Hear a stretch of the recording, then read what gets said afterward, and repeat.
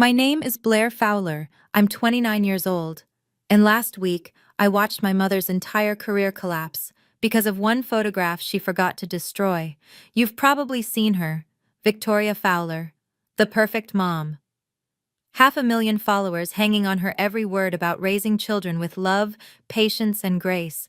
Her blog posts get shared by parenting magazines. Her book just hit the bestseller list. But here's the thing. She has 3 children. Her blog only shows 2. I'm the one she cut out. Literally. Every family photo, every Christmas card, every milestone post.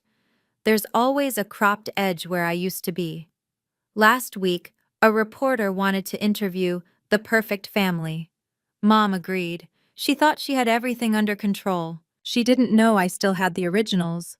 Before I tell you what happened in that studio, please, if you're enjoying this story, take a moment to like and subscribe, but only if you genuinely like it. Now, where are you watching from and what time is it there? Drop it in the comments. Let me take you back 4 weeks, to the night I got a phone call that changed everything. The ER was chaos that night. Code blue in Bay 3. A car accident victim in trauma. I'd been running for 11 hours straight when my phone buzzed in my scrub pocket. Unknown number. Area code 847. My hometown. I let it ring. Whoever it was could wait. The patient in front of me couldn't. 20 minutes later, I was in the break room staring at the voicemail notification. My finger hovered over delete. Nothing good ever came from that area code. I pressed play. Ms. Fowler, my name is Karen Mitchell. I'm a journalist working on a piece about parenting influencers. I need to speak with you about your mother, Victoria Fowler. My coffee cup stopped halfway to my mouth. I found a school enrollment record from 2009. You were listed as Victoria Fowler's daughter, but according to everything public, she only has 2 children. A pause. I'd really like to hear your side of the story. I deleted the voicemail. Then I sat in the dark break room, hands shaking. 12 years. 12 years I'd spent building a life where that woman didn't exist. I had a career, an apartment, friends who knew nothing about the girl I used to be. And now a stranger was asking me to dig it all up. I caught my reflection in the window. There it was, the thin scar above my left eyebrow. A reminder I couldn't delete no matter how hard I tried. My phone sat on the table like a grenade with the pin half pulled. I should have blocked the number, should have pretended I never heard that message. Instead, I saved it. I saved her number too. I didn't know why. Not then. But some part of me, the part I'd spent 12 years trying to silence, already knew I'd call her back. The first time my mother erased me, I was 14 years old. I remember the day perfectly. December 23, 2009. She was launching her blog, Perfect Mom Life, and needed photos for the header. Blair, come help me scan these, she called from the office. I was excited. This was rare. Mom asking for my help with something she cared about. I carried stacks of family photos to the scanner, handling each one like it was precious. Because they were precious. To me. This one's my favorite. I held up our Christmas photo from the year before. Dad had lifted me onto his shoulders to put the star on the tree. Madison was laughing. Tyler was just a toddler in Mom's arms. We looked happy. We looked like a family. Mom took the photo, studied it for a long moment. Then she opened Photoshop. I watched her select the crop tool. Mom? What are you doing? The composition is better this way. Her voice was flat, clinical. You were blocking Madison's face. I wasn't blocking anything. I was standing next to her. But on the screen, I watched myself disappear. One click, and I was gone. There. Mom smiled at the new version. Perfect. That was the first time. It wasn't the last. I didn't sleep after Karen's voicemail. Instead, I did something I hadn't done in years. I searched my mother's name, Victoria Fowler, the perfect mom, 500,000 followers, a book deal, magazine features. I scrolled through her Instagram, Hundreds of photos, birthday parties, graduations, vacations. Madison was in every shot. Tyler, too. Even Dad made appearances. But me? Not once. It was like I'd never existed at all. Growing up in the Fowler house, I learned to become invisible. Not because I wanted to, because it was the only way to survive. My 15th birthday. Mom was filming Madison's first ballet recital. Can't talk now, Blair. This is important. Parent-teacher conferences. She showed up 20 minutes late, then told my teacher, I have 2 other kids who actually need me. Dinner every night. Madison talked about her day. Tyler showed off his drawings. I sat at the end of the table, eating in silence, wondering if anyone would notice if I just stopped coming down. No one ever did. The worst part wasn't the neglect. It was watching Dad see everything and do nothing. He'd catch my eye sometimes, across the dinner table or in the hallway after one of Mom's cutting remarks. His face would twist into something that almost looked like guilt, but he never spoke up, never once. Your mom is under a lot of pressure, honey, he'd whisper when we were alone. Just try not to upset her. Don't upset her. Don't take up space. Don't exist too loudly. I got the message. By 16, I'd mastered the art of disappearing. I spent my afternoons at the library, my evenings at friends' houses, anywhere that wasn't home. I thought if I just became small enough, quiet enough, good enough, maybe she'd finally see me. I got straight A's, made honor roll every semester, volunteered at the hospital on weekends. Mom never mentioned any of it. But when Madison won a spelling bee, that made the blog, complete with a 1,500-word post about raising a champion. I wasn't even in the audience photos. I'd been erased from those, too. There was one person who saw me, really saw me. Mrs. Henderson taught 8th grade English at Millbrook Middle. She had gray hair, kind eyes, and a way of looking at students that made you feel like you mattered. I remember the day she sat down next to me in the cafeteria. I was alone, as usual. No lunch. Mom had forgotten to leave grocery money again. Mind if I join you? She didn't wait for an answer, just sat down and slid half her sandwich across the table. Turkey and Swiss. Hope that's okay. I was too hungry to refuse. She didn't ask questions that day. Didn't pry. Just sat with me while I ate, talking about books and weather and nothing important at all. But a few weeks later, she asked me to stay after class. Blair, I need to ask you something. Her voice was gentle but serious. Is everything okay at home? My heart stopped.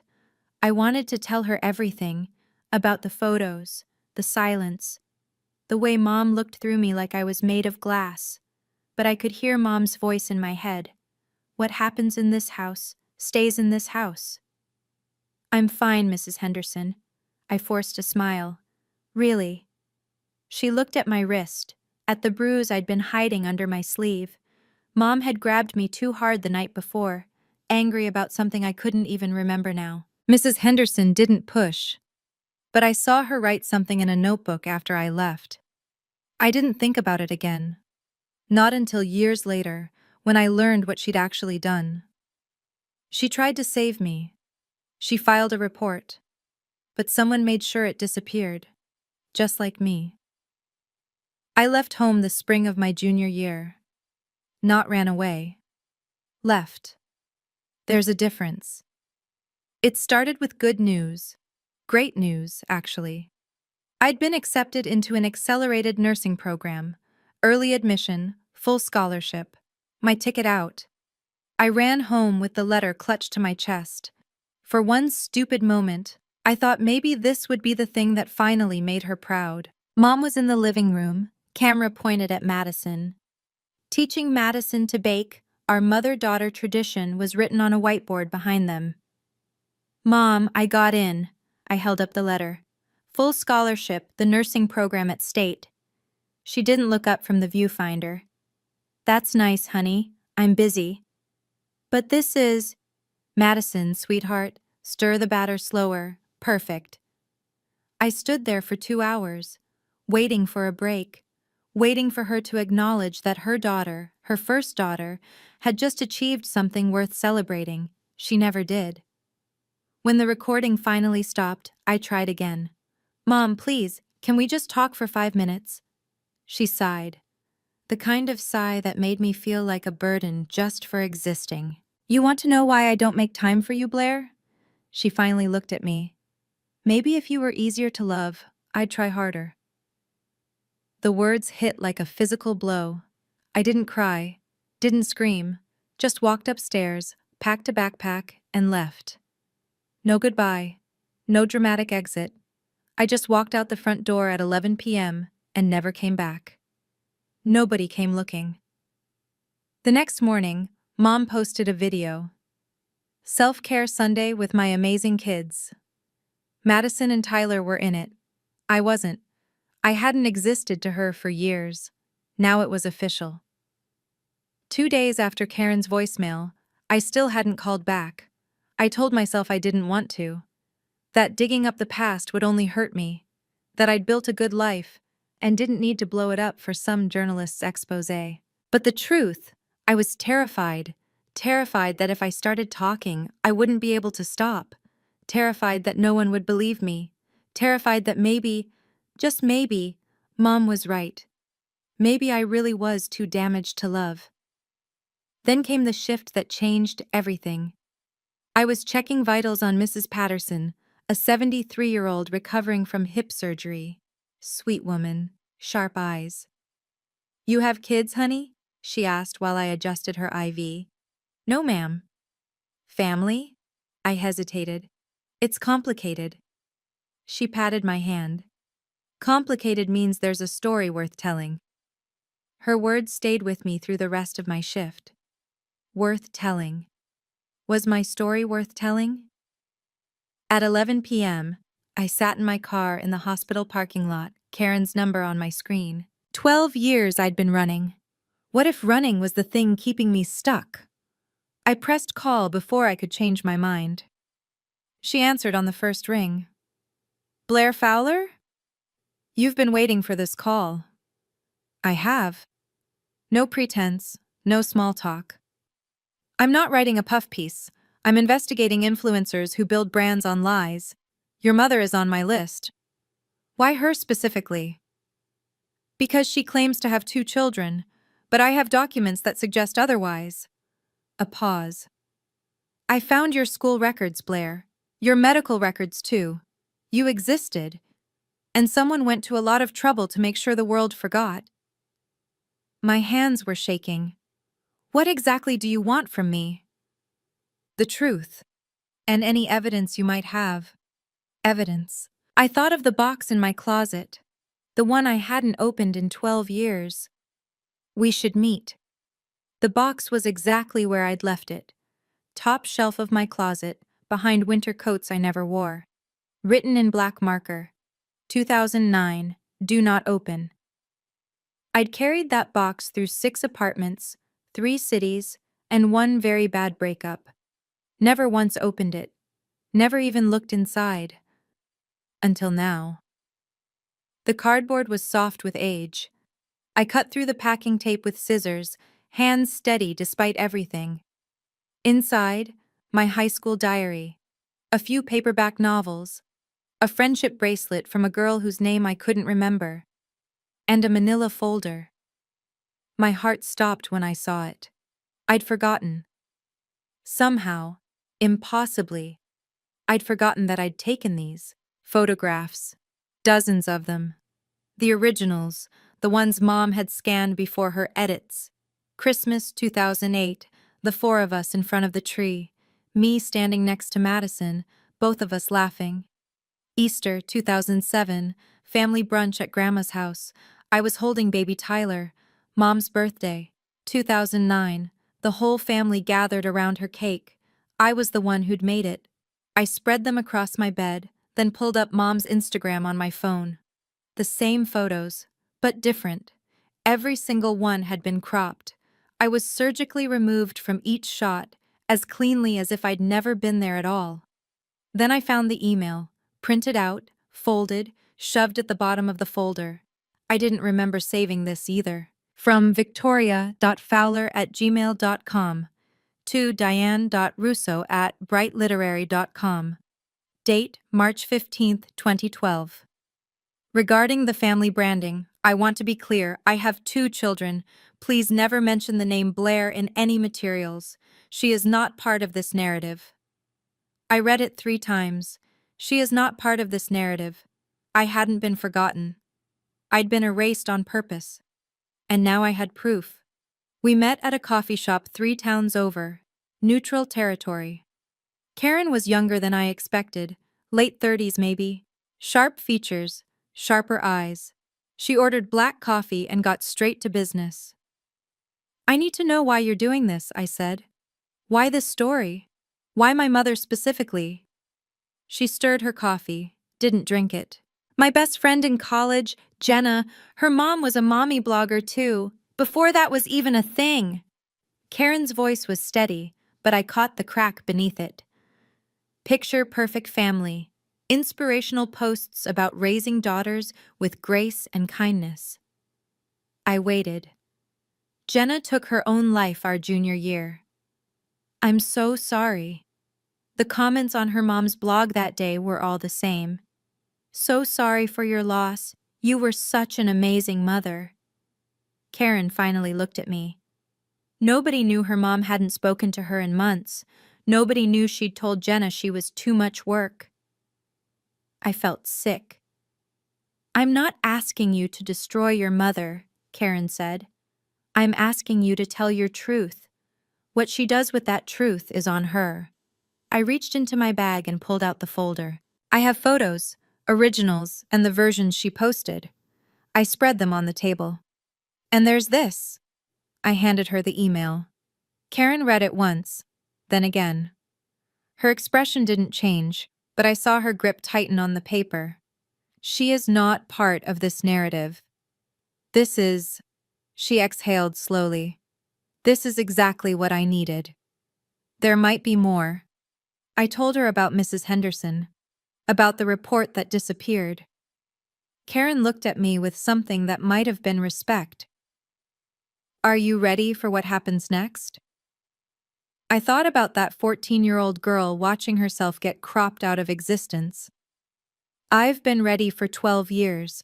Okay, I need to pause here for a second. If you're still with me, thank you. This story is hard to tell, and knowing you're listening makes it easier. If you've ever felt invisible in your own family, drop a black heart in the comments. And if you think I should show up at that interview, hit the like button. Now let's see what happened next.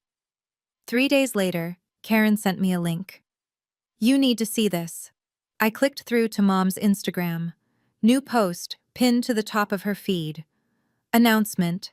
So excited to share that Raising Perfect, A Mother's Guide to Nurturing Excellence, is officially being released next month. To celebrate, I'll be doing an exclusive TV interview with the whole family. Stay tuned for details. The photo showed Mom, Dad, Madison, and Tyler arranged in their living room like a catalog spread. Everyone smiling, everyone perfect. Below it, a promotional video. I pressed play against my better judgment. What's your secret to raising such wonderful children? The interviewer asked. Mom's face filled the screen, glowing with that practiced warmth she'd perfected over the years. Presence, she said. I'm always there for my kids. Every milestone, every tear, every triumph. I never miss a moment. I slammed my laptop shut. Never miss a moment? She missed 18 years of mine. My phone buzzed. Karen. The interview is in 2 weeks. Live broadcast, local station. They're billing it as a family values feature. I stared at her message, heart pounding. If you want to do something, she continued, this is your window. 2 weeks. 14 days to decide whether I was going to keep running or finally stand still. I looked at the folder on my desk, the photos, the email, 12 years of silence. Mom was about to tell 500,000 people what an amazing mother she was. She was about to sell a book about raising children with love and presence, and she was going to do it without ever acknowledging I existed. unless I stopped her. My fingers typed before my brain caught up. Tell me more about the interview. I didn't sleep for 3 nights. Every time I closed my eyes, I saw two versions of myself. The woman who walked away and never looked back, and the girl who still flinched at the memory of her mother's voice. I made lists. That's what I do when I can't think straight. I write things down. Reasons not to do this. She'll call me unstable, a liar, an attention seeker. Madison and Tyler will hate me. I could get sued for defamation. My life is fine now. Why blow it up? Reasons to do this. 500,000 people are taking parenting advice from a woman who erased her own child. I have proof. I deserve to exist. Silence protects the abuser, not the victim. That last line. I'd said it to patients before. Survivors of domestic violence, of assault, of things they were too ashamed to name. But I'd never applied it to myself.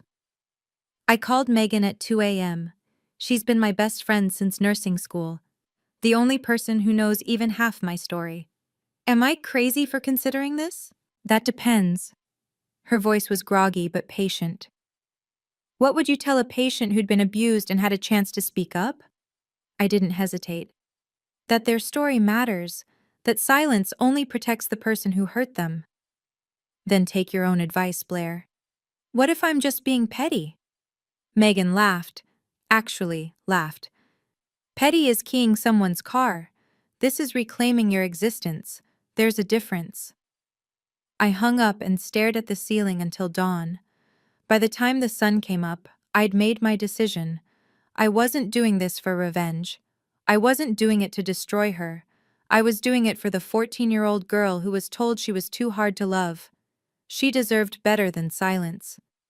Finding Mrs. Henderson was easier than I expected. A quick search through the Millbrook Middle School alumni page led me to a retired teachers group, which led me to a Facebook profile with a familiar face.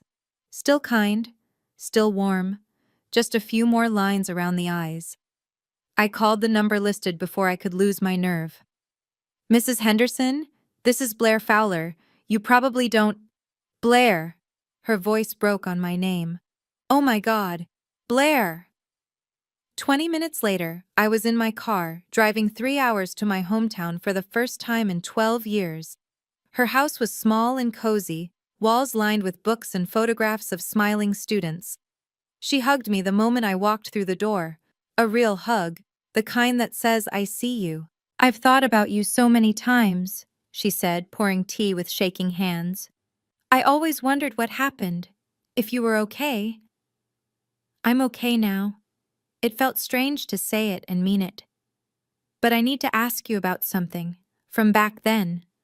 Her face changed, guarded suddenly, like she'd been waiting for this conversation. I filed a report, she said quietly, to CPS, about you. My cup froze halfway to my mouth. What? I documented everything I observed, the bruises, the weight loss, the way you flinched when anyone mentioned your mother. She met my eyes. I filed it my last week at Millbrook, and then nothing happened. What do you mean nothing? Someone marked it as unsubstantiated without ever investigating. The case was closed before it even opened. She stood, walked to an old filing cabinet in the corner. But I kept a copy, just in case. She pulled out a worn folder and placed it in my hands. In case someday you needed it. I had 2 pieces of evidence now. The picture was getting clearer. I was halfway home when my phone rang. The name on the screen made my hands go numb. Madison Fowler. I'd saved her number years ago. Some masochistic impulse I never quite understood, but she'd never called. Not once in 12 years. I pulled over, stared at the screen, watched it ring 4 times. Then I answered. Blair? Her voice was higher than I remembered, nervous. Is this really you? I couldn't speak for a moment. The last time I'd heard that voice, she was 12 years old, asking why I was leaving. It's me. I found your number in Dad's old phone. She was talking fast, the way people do when they're scared of silence. I've wanted to call for years. I just never knew what to say. Why now? A long pause. Mom's book is coming out, and I keep having this feeling that something's wrong, that there's something I don't know. Another pause. Were you really as bad as Mom says? The question hit like a slap. What did she tell you?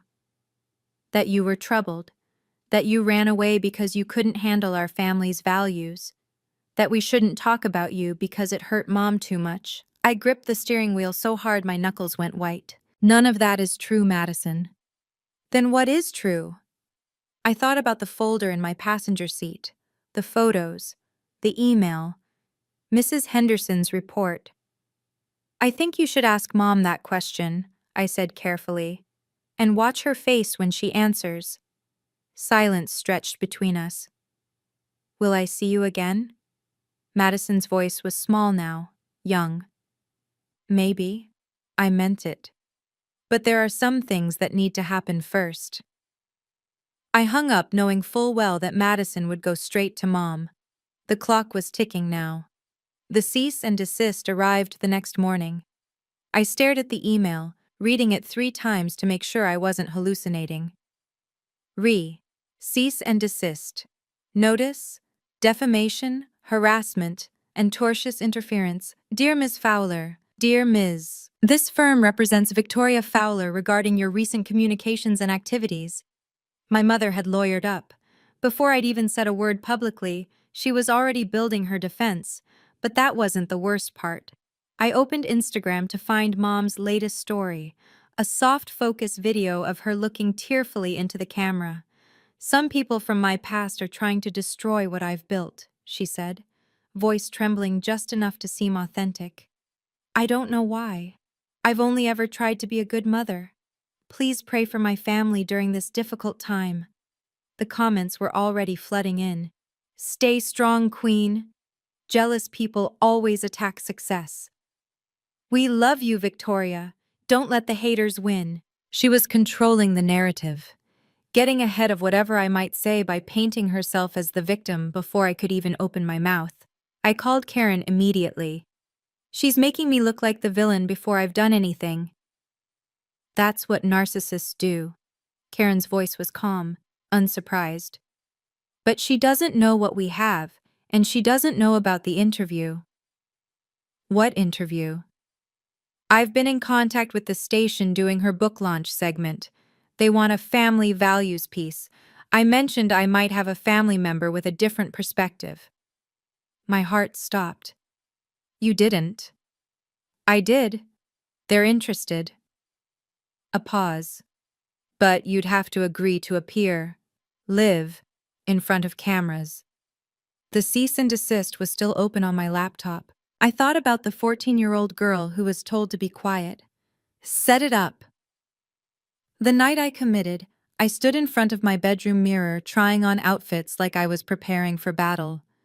Navy blazer, white blouse, professional but not cold. I caught my reflection and froze. For a split second, I wasn't 29 anymore. I was 14, standing in this exact pose, trying to see what my mother saw when she looked at me, trying to figure out what was so unlovable. My phone buzzed. Karen. Producer confirmed, you'll come on after Victoria's segment. She doesn't know you're coming, neither does her agent. I typed my response before I could second-guess myself. I'll do it, but I have conditions. My conditions were simple, 1.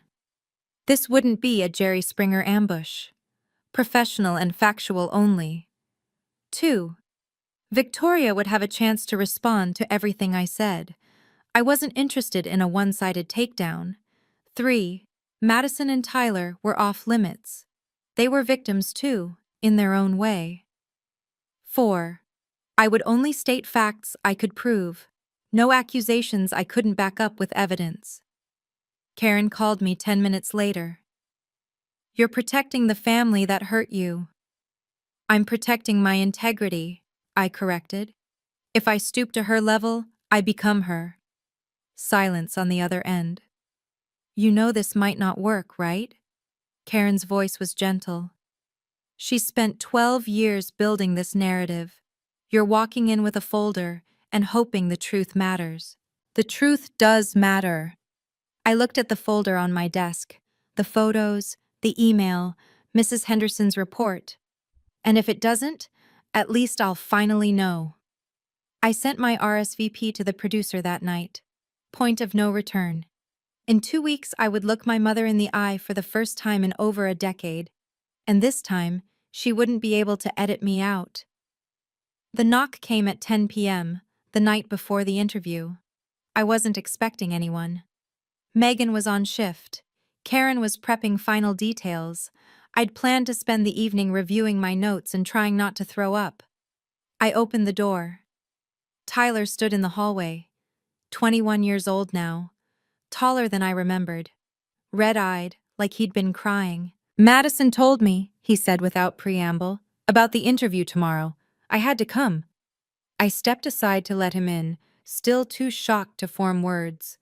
The last time I'd seen my brother, he was 9 years old, standing at his bedroom window, waving as I walked away with a backpack and nowhere to go. "You remember me?" I finally managed. "Of course I remember you." He sat on my couch like his legs couldn't hold him anymore. "I remember you reading me bedtime stories, making pancakes on Saturday mornings, the way you'd sneak me extra cookies when Mom wasn't looking." I felt tears prick my eyes but forced them back. "I remember the night you left too." His voice cracked. "Mom said you ran away, but I saw her lock your bedroom door that night. I didn't understand then. I was too young." "Tyler, I've been putting pieces together for years." He looked at me with our father's eyes. "Mom gets weird whenever your name comes up. Dad won't make eye contact with anyone. Madison keeps defending Mom, but I can see the doubt." He took a shaky breath. "I don't know exactly what happened, but I know you didn't abandon us." He reached out and took my hand. "And I want you to know, I'm glad you're telling the truth, whatever happens tomorrow." I hugged my little brother for the first time in 12 years. And for the first time, I didn't feel completely alone. Tyler left around midnight with a promise to text me before the interview. Then it was just me and the silence. I spread everything out on my kitchen table, organized it the way I organize patient charts, methodical, precise, no room for error. The photos, originals on the left, cropped versions on the right. Side by side, the evidence was undeniable. The email, highlighted, printed twice in case one copy got damaged. Mrs. Henderson's report, 15 years old but still legible, still damning. One more thing at the bottom of the folder. I'd almost forgotten about it. Text messages from 5 years ago. An unknown number that I later traced to Mom's assistant's phone. "Stop contacting your siblings, you're dead to this family." I'd saved it because some part of me couldn't believe it was real. Couldn't accept that my own mother could be so cruel in writing. Now it was just another piece of evidence. My phone buzzed. "Megan. You ready?" I typed back. "Tell me I'm doing the right thing." Her response came immediately. "You're doing the brave thing. That's more important than the right thing." I stared at the ceiling until 3 a.m., running through every possible scenario. What if she denied everything? What if no one believed me? What if I froze up and couldn't speak? At 4 a.m., I finally gave up on sleep, made coffee, watched the sunrise through my kitchen window. In 8 hours, my mother would look at me for the first time in a decade. In 8 hours, 500,000 people would learn that the perfect mom had a daughter she tried to erase. I sealed the folder, set my alarm, and waited for the day I'd been running toward my entire life. We're about to get to the interview, the moment I've been building toward this whole story. But before we do, I want to know, what would you do in my shoes? Would you show up? Would you stay silent? Let me know in the comments. And if you haven't already, subscribe so you don't miss how this ends. Okay, here we go. The studio was smaller than I expected. I'd imagined something grand. Lights, cameras, an audience of hundreds. Instead, it was a modest local station with worn carpet and fluorescent lighting, about 50 people in folding chairs, mostly women who looked like they'd come straight from book club. Perfect. Intimate. Nowhere to hide. Name? The security guard barely looked up from his clipboard. Blair Fowler. I'm here for the Victoria Fowler segment. He scanned the list, frowned. You're not on here. Check with the producer. Karen Mitchell arranged this. He made a call. I waited in the lobby, folder pressed against my chest like armor. That's when I heard it. Her laugh. I'd know that sound anywhere, bright and practiced, designed to charm. It floated down the hallway from somewhere near the green room. Then I saw them. Victoria walked first, wearing cream-colored cashmere and a smile that could sell anything. Behind her, Madison in pastels, Tyler in a blazer, Dad looking like he'd rather be anywhere else. And next to Mom, a sharp-featured woman in a designer suit. Had to be Diane Russo, the agent. They were heading to the green room. They hadn't seen me yet. But Madison did. She stopped mid-step. Her face went white. Blair? Victoria turned. For one frozen moment, we just stared at each other. Mother and daughter, separated by 12 years and 20 feet of studio carpet. I saw the mask slip. Just for half a second. Fear and fury flickered across her features before she smoothed them into something resembling composure. What are you doing here? Her voice was ice. I was invited. Diane Russo looked between us, confusion plain on her face. Victoria, who is this? Mom's jaw tightened. No one. Just someone from a long time ago. Actually, I said calmly, I'm her daughter. Her first daughter, the one she forgot to mention. The silence that followed was deafening. The producer appeared before anyone could respond. Ms. Fowler, both of you? She looked harried, clearly not prepared for family drama in her hallway. We're about to go live. Victoria, you're up first. And you, she pointed at me. Come with me. I was led to a small room with monitors showing the live feed. Karen was already there, tablet in hand. You okay? Ask me in an hour. On screen, Victoria settled into her interview chair like she owned it. The host, a cheerful blonde named Janet, leaned forward with practiced interest. We're here with Victoria Fowler, author of the upcoming book, Raising Perfect. Victoria, tell us, what's the secret to raising such wonderful children? Mom's face transformed, soft, warm, the perfect mother. Presence, she said. I'm always there for my kids. Every milestone, every tear, every triumph. I never miss a moment. I felt Karen's hand on my shoulder, steadying. Some critics say your social media paints too perfect a picture, Janet continued. What do you say to that? I share our real life. Mom laughed lightly. The good days and the challenging days, what you see is who we are, warts and all. I actually snorted. Warts and all? She cropped me out of every wart. On screen, they cut to Madison and Tyler sitting beside their parents. Madison's smile looked painted on. Tyler stared at his shoes. And Richard, what role do you play in this perfect family? Dad gave his rehearsed answer. I'm the supporting cast. Victoria's the star. Polite laughter from the audience. Karen's tablet buzzed. She checked the message, then looked at me. You're up in 2 minutes. I picked up my folder. 12 years of silence. It ended now. The lights were brighter than I expected. I walked onto the set as they came back from commercial, every step feeling like I was wading through water. The audience murmured. Victoria's face went rigid. We have a surprise guest joining us, Janet announced, reading from a teleprompter she clearly hadn't seen before. Someone who claims to have a different perspective on this perfect family. Please welcome Blair Fowler. I sat down across from my mother, close enough to see the vein pulsing in her temple. Madison gasped audibly. Tyler's expression flickered, something that might have been relief. Dad looked like he was calculating the nearest exit. Behind the cameras, I spotted Diane Russo sitting up straighter, phone already in hand. Blair? Janet tried to recover her composure. You've reached out to us claiming to be Victoria's daughter, but Victoria has never mentioned you publicly. Can you explain? I kept my voice steady, calm, professional. Victoria is my biological mother. I lived in her home until I was 17 years old. Then I left, because I had no other choice. This is my estranged daughter, Victoria cut in smoothly. She's unfortunately struggled with mental health issues for years. I'm a registered nurse at St. Matthew's Hospital. I didn't raise my voice, didn't need to. I have 0 mental health diagnoses. I'd be happy to provide my employment records and medical clearances. Victoria's mouth opened, closed, no rebuttal ready. What I do have, I continued, is documentation of something else. I opened the folder, pulled out the first photograph. This is a Christmas photo from 2008, the original version. I handed it to Janet. 4 people, Victoria, Richard, Madison, Tyler, and me. Second photo. This is the version Victoria posted on her blog, the version 500,000 people have seen.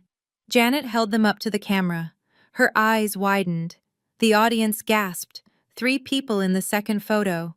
Where I should have been standing, nothing but empty space. Would you like to explain, I asked my mother, why you've spent 12 years erasing me from existence? Victoria recovered faster than I expected. Old photographs get cropped for composition. Her voice was steady, but her hands weren't. That proves nothing. This is clearly a desperate attempt to... I thought you might say that. I pulled out the printed email, handed it to Janet. This is an email from Victoria to her literary agent, dated March 2012. Would you read the highlighted section aloud? Janet hesitated, looked at the producer, got a nod. She cleared her throat. Regarding the family branding, I want to be clear. I have 2 children. Please never mention the name Blair in any materials. She paused, face pale. She is not part of this narrative. Dead silence. 50 people in that studio, not one of them breathed.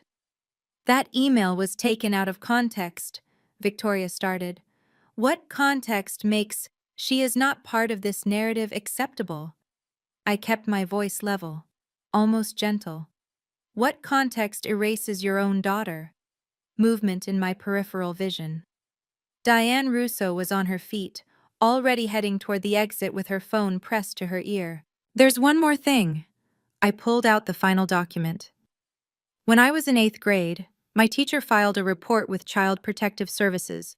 She documented signs of neglect and emotional abuse. Victoria's composure cracked. That's a lie. The report was marked unsubstantiated without investigation. Someone made it disappear. I handed the copy to Janet. But Mrs. Henderson kept her own copy, because she knew someday the truth might matter. Victoria turned to the cameras, desperation bleeding through her perfect facade. This is a witch hunt. This is... Mom, stop. Every head turned to Madison. My little sister was crying, mascara running down her cheeks, but her voice was steady. Just stop. The words hung in the air like smoke after an explosion. Victoria's face, the face I'd spent my whole childhood trying to please, crumpled into something I'd never seen before. Not remorse, not guilt, fear. The fear of someone who'd just watched their entire world collapse on live television. They cut to commercial. The moment the cameras stopped rolling, chaos erupted. Victoria stood up so fast her chair nearly toppled. She made it 3 steps toward the exit before Diane Russo blocked her path. The agent's face was granite. Victoria, I just got off the phone with the publisher. Her voice carried across the silent studio. They're pausing the book release pending investigation. Diane, you can't do this. I can, and I am. Diane's eyes were cold. I don't represent liars, especially ones who erase their own children. She walked out without looking back. Victoria stood frozen, watching her career exit through the studio doors. Honey. Dad reached for her arm. Don't. Mom's voice was barely a whisper. Just don't. Through it all, I stayed in my chair, folder in my lap, heart pounding but hands steady. Tyler walked over to me, in front of everyone, the crew, the audience, our broken family. He wrapped his arms around me. "I'm proud of you," he murmured against my hair. I hugged him back, couldn't speak. Madison was still in her seat, tears streaming silently down her face. I walked over, crouched beside her. "I'm sorry you found out this way." She looked at me with eyes that held 12 years of questions. "You're sorry?" A hollow laugh. "I've been living a lie my whole life. I had a sister, and she made me forget you existed. You were 12 when I left. You didn't know." "I want to know now." She grabbed my hand like a lifeline.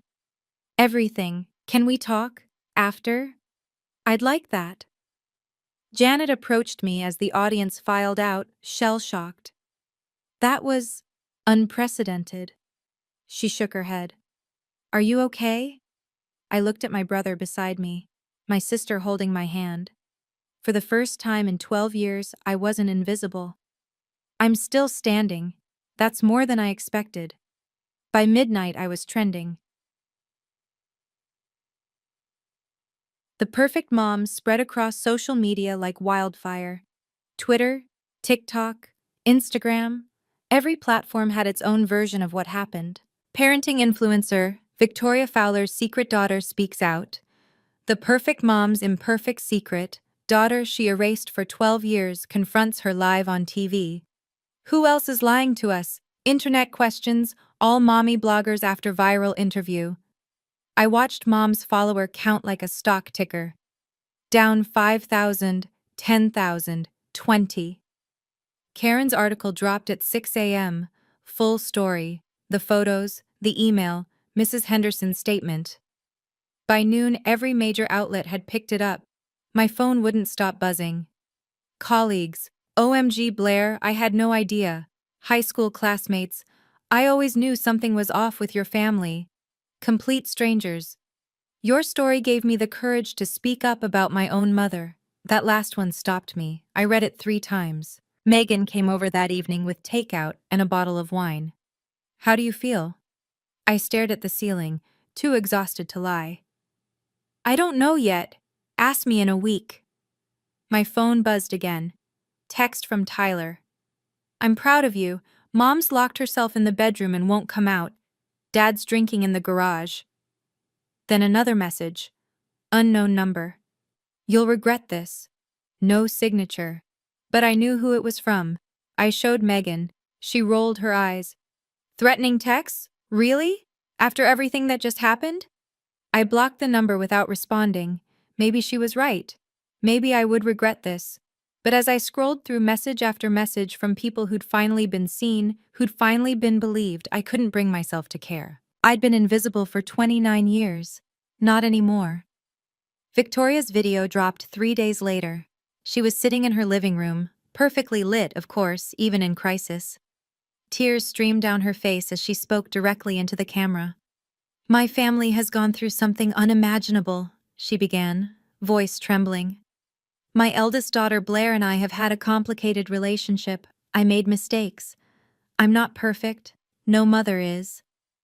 Megan and I watched it together on my laptop. But I never stopped loving her," Victoria continued. "I just didn't know how to reach her. Blair has struggled with feelings of rejection since childhood. I tried to protect her by keeping her out of the spotlight. I see now that was wrong." "Unbelievable," Megan muttered. "She's making herself the victim." The comments were mixed. "This sounds like damage control." "She's obviously just protecting her brand." Blair seemed pretty credible, though. "Maybe there's 2 sides to every story," Karen called that afternoon. "Do you want to respond? I can set up an interview." "No." I didn't hesitate. "She's trying to pull me into a back and forth. The evidence speaks for itself." "You're sure?" I said what I needed to say. I'm not playing ping pong with a narcissist.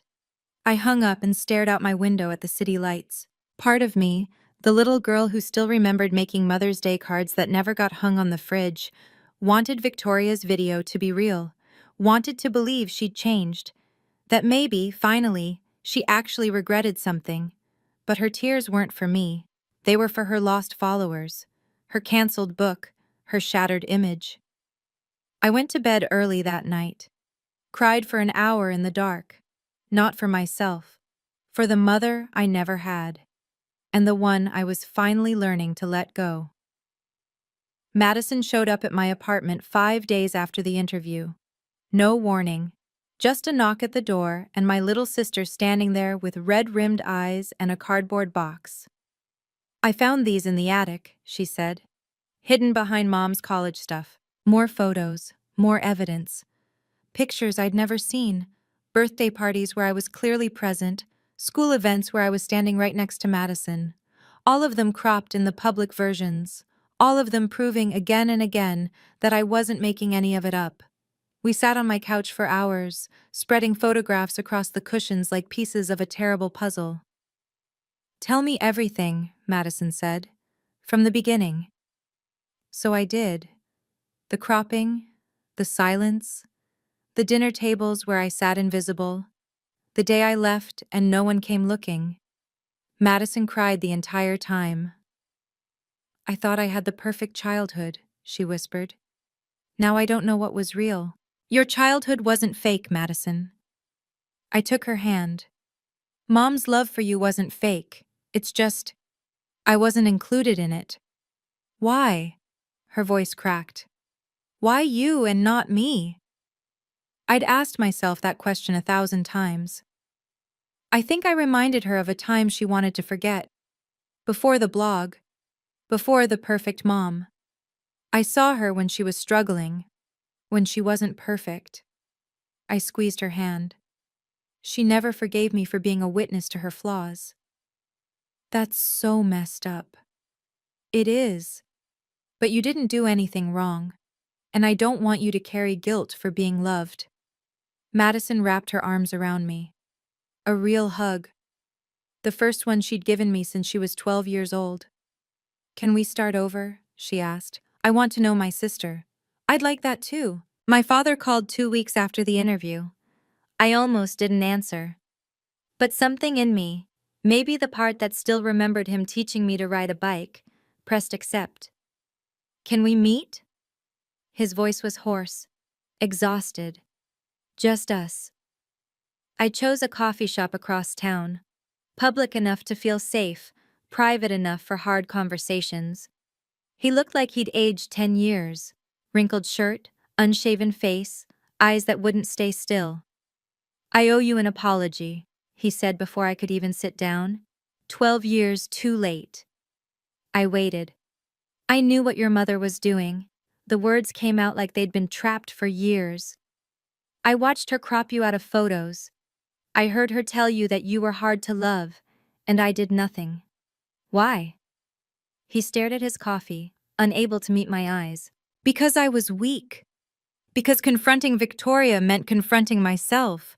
Because being married to the perfect mom was easier than being married to a flawed woman I'd have to actually work with." He finally looked up. "I chose easy over right. Every single day, I chose easy." The admission hung between us.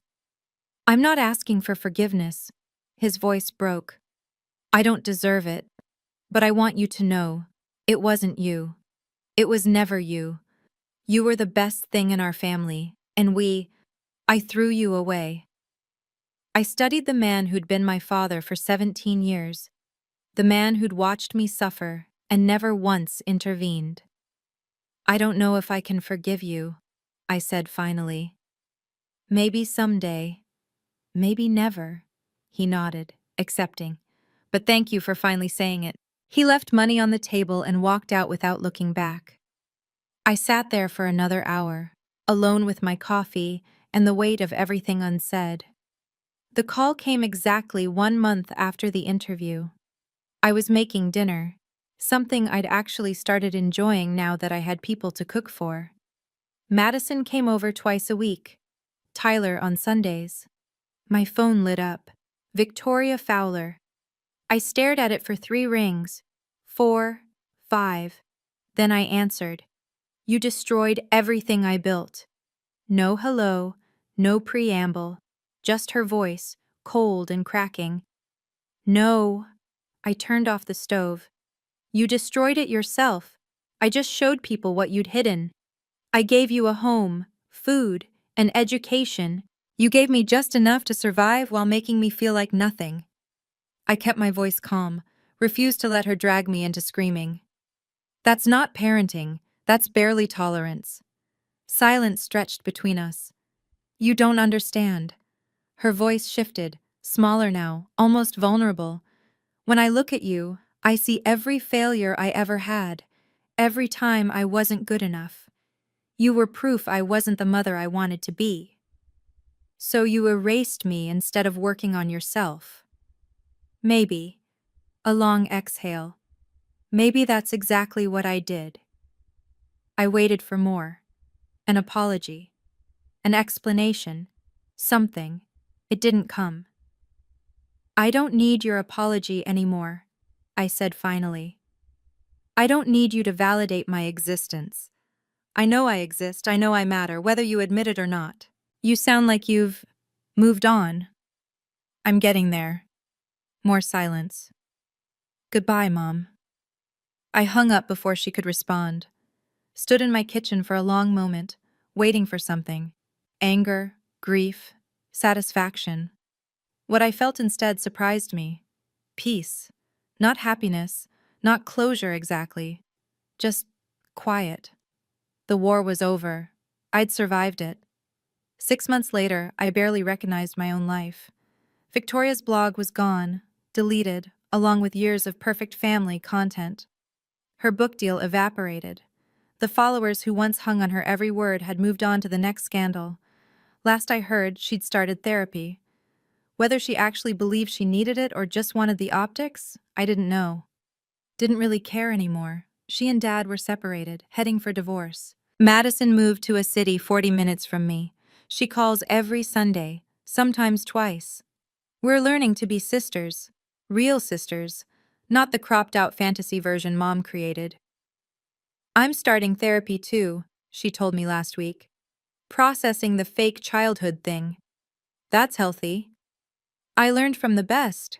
She paused. My sister, the nurse who survived 18 years of being invisible and came out the other side intact. I didn't feel intact most days, but I was getting there. Tyler graduated college in May. He spent Thanksgiving with me instead of our parents. First time in 12 years I cooked a turkey. Dad sends cards on holidays now. I read them. Haven't responded yet. Maybe someday. Karen won a regional journalism award for her article. She dedicated it to her friend Jenna, who didn't survive her own mother's perfect family performance. Mrs. Henderson became a minor celebrity in our hometown. She advocates now for better CPS follow-up, making sure reports like hers don't disappear into bureaucratic black holes. As for me, I got promoted to senior nurse. My apartment has photos on every wall now. Pictures of me, Madison, Tyler, pictures where nobody's been cropped out. I started journaling again, writing down the story I'd been too scared to tell. 6 months ago, I didn't exist. Now I have a family that chose me. Turns out that's enough. Some nights, I still take out the folder, not to torture myself, just to remember. The photos look different now, less like evidence and more like artifacts from another lifetime. The little girl in those pictures, smiling beside a mother who would eventually erase her, feels like a stranger. But she's also me. She's the reason I'm sitting here today. I keep one photo on my mantle now. Christmas, 2008, the original version. 4 of us standing in front of the tree, my arm around Madison, both of us laughing at something Dad said. I don't remember what was so funny, but I remember how it felt. Like I belonged. For 12 years, I thought being erased was my fault, that if I'd just been easier, quieter, more lovable, she would have kept me in the frame. Here's what I finally understand. Some people don't edit you out because you're wrong. They edit you out because you're evidence. Evidence that they're not who they pretend to be. You can't make someone love you, you can't make someone see you, but you can make sure you see yourself. That's the real victory. Not the viral interview, not watching mom's career collapse, not even getting my siblings back. The victory is this. I know who I am now. I'm a nurse who saves lives, a sister who shows up, a woman who refused to stay invisible. I'm not the cropped girl anymore. I'm the whole picture. And nobody, not my mother, not the followers who believed her, not the voice in my head that still sometimes whispers, "Too hard to love," can edit that out. I put the folder back in the closet, closed the door. And for the first time in 29 years, I feel something I never thought I'd have. Home. If you're wondering, did I set out to destroy my mother? No. I set out to exist. The destruction was a consequence of her choices, not mine. I simply refused to be invisible anymore. Do I talk to her now? No. Maybe never. And that's okay. Setting boundaries isn't punishment, it's protection. Madison and I are building something real. We text every day, sometimes about heavy stuff, sometimes just memes and dinner plans. Tyler is figuring out who he is without the weight of perfect family expectations. Even Dad is learning slowly that silence is complicity. Some people ask if I regret going public, if I wish I'd handled it differently, quietly. The answer is no. Because I think about all the other Blairs out there, the daughters being cropped out of their own stories, the children told they're too much, too difficult, too hard to love. Maybe one of them saw my interview. Maybe one of them finally realized, it's not me. It was never me. That's worth more than peace and quiet. I go to work. I save lives. I have friends who know the real me. I have a small apartment with photos on every wall, photos with me in them. Was it worth it? Every single moment. Because the alternative was another 12 years of being cropped out of my own life. And I wasn't willing to pay that price anymore. Neither should you. So why did my mother do what she did? I've thought about this a lot, talked to therapists about it, read books about narcissistic parents until my eyes blurred. Here's what I've come to understand. Victoria grew up poor, neglected by her own mother. She swore she'd be different. The perfect mom, the one who never failed. But somewhere along the way, perfect stopped meaning love. It started meaning image. I was born during her struggling years. I witnessed the poverty, the arguments, the times she wasn't perfect. And for someone building a brand around perfection, I was a liability. Psychologists call it narcissistic injury. When someone's self-image depends on being flawless, anyone who threatens that image becomes the enemy. I wasn't her daughter anymore. I was evidence of everything she wanted to forget. As for me, why did I stay silent so long? Trauma bonding. When the person who's supposed to love you withholds that love, you spend your whole life trying to earn it. I kept thinking, if I'm just good enough, quiet enough, small enough, she'll finally see me. I wasn't weak for wanting my mother's love. I was human, but I was wrong to think her inability to love me was my failing. If any of this sounds familiar, if someone in your life makes you feel invisible, like you have to shrink to be accepted, I want you to know something. You are not the problem. Their inability to see you is not your fault, and you are allowed to walk away from people who hurt you, even if they're family. Your existence is not up for edit. That's my story. Thank you for listening to the whole thing. I know it was long. If this resonated with you, please leave a comment. Tell me your story. I read every single one, and if you want more stories like this, subscribe, hit the bell, and check out the video in the description. Take care of yourselves. You matter.